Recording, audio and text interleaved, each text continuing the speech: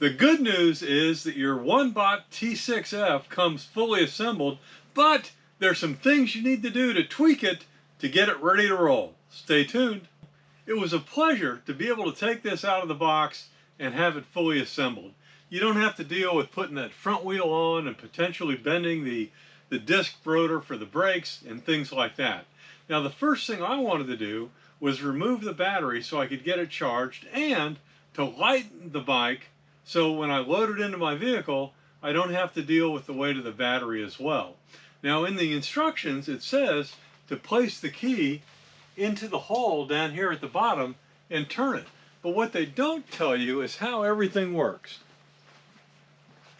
So you can see here that there's this little detent, and this is what keeps the battery in the bike. And when you put the key in and turn it, nothing happens to the detent. What they didn't tell you is that you have to push in and then turn, and that allows the detent to fully retract. And once that's done, you can pop it right out of there. On to tip number 2. You have to go ahead and raise the handlebars, and then you lock it down with this lock right here. But what's confusing in the instructions is how to get it unlocked. Let me show you. To unlock it, you have to pull this knob up. I was pushing it down, pushing it back, but if you pull it up, everything comes unlocked, and then it folds down for transport. On to item number 3. The next tip is that the handlebars have to be tightened down. And there's this little knob right here where you can turn it to tighten the lever, and that'll lock the handlebars in place. The other thing is you notice that the handlebars have this hatched area, and to make sure that everything is even, that hatched area has to be behind here. And be sure you tighten this down, and then you can lock it in. Now, this also allows you to adjust the handlebars up and down to where it's comfortable for your riding style. But just make sure that they're locked in there tight. I've got a little bit of the hash mark showing over here, so I'll move that in.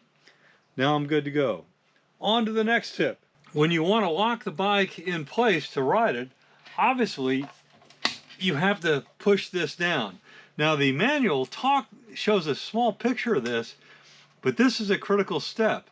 This is a safety notch right here, and you need to be sure this is pushed down, and that keeps the handle from coming undone. On to the next tip. Once you raise the seat post to the desired height, of course you have to adjust the lever here to lock it in place just like you did with the handlebars. But what you may not realize is that the seat is loose. So be sure you tighten that down at the desired angle where you like to ride it. Next tip. The first thing you want to do is remove the plastic that protects the interface, and then you're going to want to change it from kilometers to miles per hour. And the way you do that is you press the plus and minus at the same time. It changes to P0, press M, go to P1, and down here you see it says kilometers. Hit the plus key and it changes to miles. And then to get out of this, hit the M key until you get back to the display, and you can see that it now says miles per hour.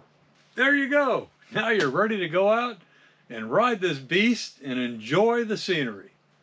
Comments? Throw it down below. Thanks.